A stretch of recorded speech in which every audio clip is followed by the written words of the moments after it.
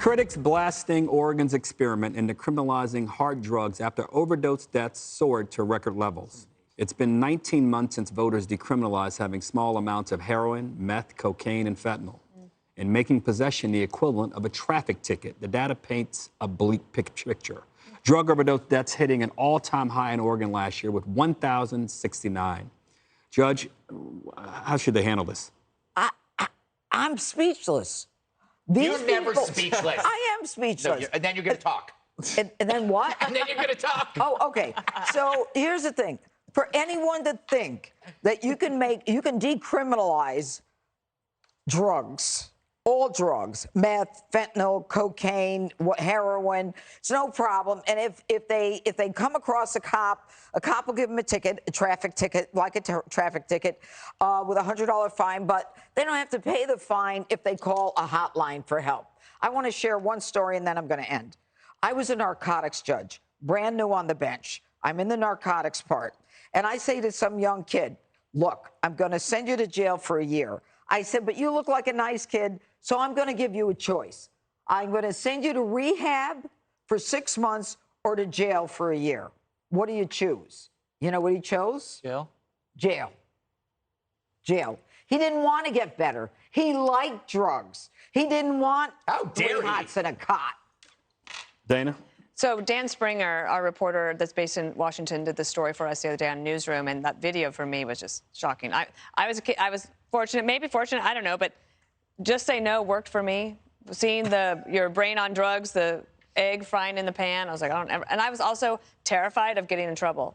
I still am. So I never have tried them. I don't know what it's like to be on them.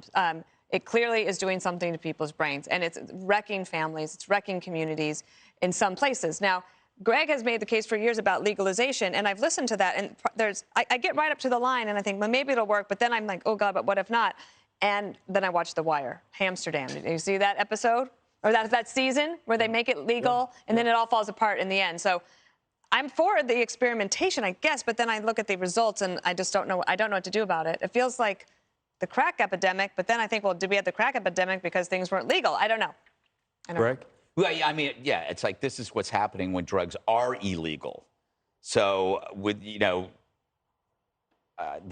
argument against, let me put it this way. All of these poisonings are street concoctions. We always just say, oh, that's opiates, but it's actually a toxic poison. It's street fentanyl. This is not prescription stuff. So if you loosen the restrictions on prescriptions, you will save lives. We've seen this. It's 100 and whatever thousand people are dying. That's more people dying, in Ukraine, killed by Russians. The biggest mistake was the cover-up of the cause of overdose deaths. We would just say, the autopsies would just say, it's a cocktail of drugs or it's opiates. But that's like saying a man jumping off the cliff, the death certificate says gravity, right? It's illegal street fentanyl. Instead, what we're doing is we're doing just the same thing with ghost guns and law-abiding guns, right? We're punishing the law-abiding user because there are people using illegally. It's the same thing that's with guns that we're doing with drugs. Lower the restrictions, hell, make it OTC. This stuff goes away. We save hundreds of thousands of lives. That's my opinion. That's all I have to say. I am not buying this libertarian mumbo-jumbo. What? It's called facts. This is a perfect example of libertarianism gone wrong. Greg has been singing this song ever since I came on the 5. Legalize drugs, decriminalize it. They did it.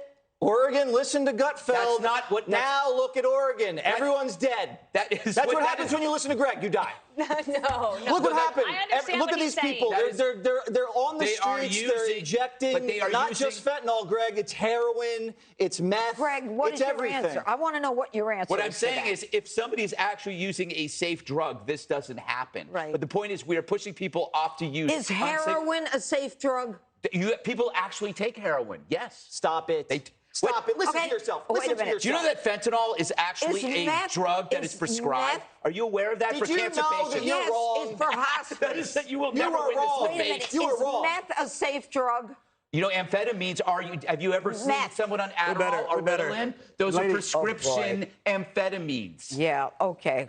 I'm right. I'm sorry. Well, I if hate to be you do right. what Greg says, you don't get the crap from China. Yes, that's my What's point. killing people. Yeah, just buy it on a street corner in Harlem. You'll be fine. Oh, jeez. That's what I'm saying. They die. You just tell Right. people to die. And like a little tequila on ice. Up next, Tom Hanks Unleashed. Find out what caused the actor to lose his cool. Next in the fastest.